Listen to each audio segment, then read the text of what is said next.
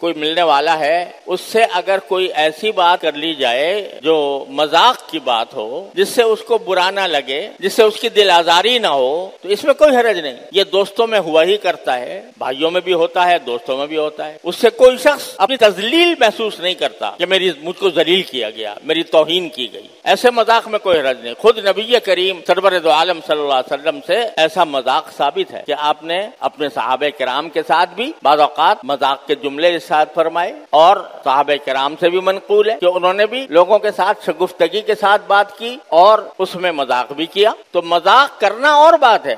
حضور اقدس صلی اللہ علیہ وسلم کے پاس ایک صاحب آئے، انہوں نے کہا کہ یا رسول اللہ مجھے ایک اونٹ دے دیجیے گا، اونٹ چاہیے، مجھے ایک اونٹ دے دیجیے. تو آپ نے فرمایا بھئی میں تمہیں اونٹ کا ایک بچہ دوں گا. تو وہ کہنے لگا جی بچہ میں کیا کروں گا بچے کو لے کر، میں تو پورا اونٹ چاہتا ہوں. تو آپ نے فرمایا جو بھی اونٹ دوں گا وہ کسی نہ کسی اونٹ کا بچہ ہوگا نہیں.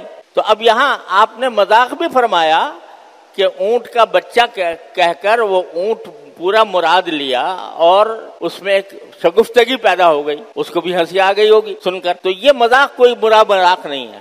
ایک عورت سے آپ نے فرمایا، اس نے کہا یا رسول اللہ مجھے، ایک بوڑھی عورت تھی، اس نے کہا کہ یا رسول اللہ مجھے دعا کر دیجیے کہ اللہ میاں مجھے جنت میں داخل کر دے. تو آپ نے فرمایا کوئی بوڑھی جنت میں نہیں جائے گی، کوئی بوڑھی جنت میں نہیں جائے گی. وہ پریشان ہو گئی کہ یا رسول اللہ کیا بوڑھی ہونے سے ہم جنت سے محروم ہو جائیں گے؟ آپ نے فرمایا کہ کوئی بھی عورت بوڑھی ہو کر نہیں جائے گی، بوڑھی بھی جوان ہو کے جائے گی، یہ مطلب ہے. تو یہ مذاق خود رسول کریم سرورت عالم صلی اللہ علیہ وسلم میں ثابت ہے. ایسا مذاق جس سے کوئی دوسرے کی تذلیل نہ ہو، تحقیر نہ ہو، تو یہ ثابت ہے. لیکن مذاق اڑانے کا مطلب یہ ہوتا ہے کہ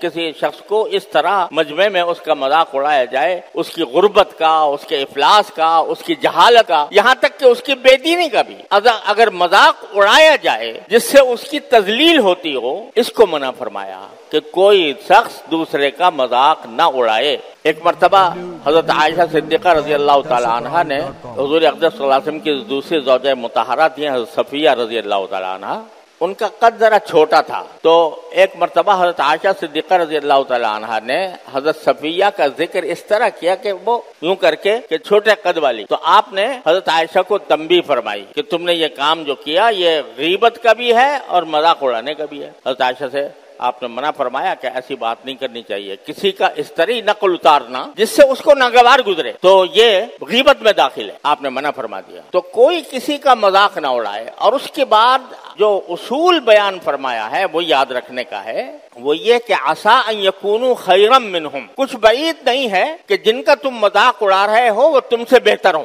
یعنی ہر مسلمان کو دوسرے مسلمان کے بارے میں اس بات کا احتمال رکھنا چاہیے کہ پتہ نہیں اس کا اللہ تعالیٰ کے ساتھ کیسا تعلق ہے، اللہ تبارک و تعالیٰ اس کو کس طرح نواز دیں، اس کا خاتمہ کس حالت کے اوپر ہو اور وہ مجھ سے کہیں آگے بڑھ جائے. یہ خیال ہر انسان کے، ہر مسلمان کے دل میں دوسرے کے بارے میں ہونا چاہیے.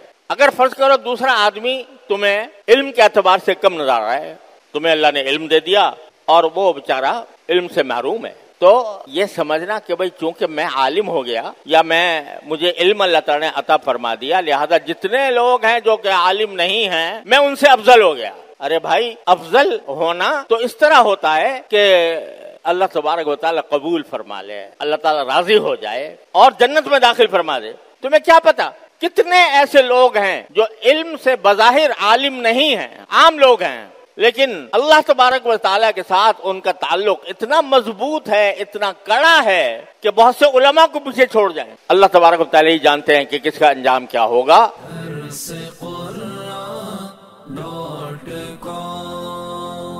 www.darsequran.com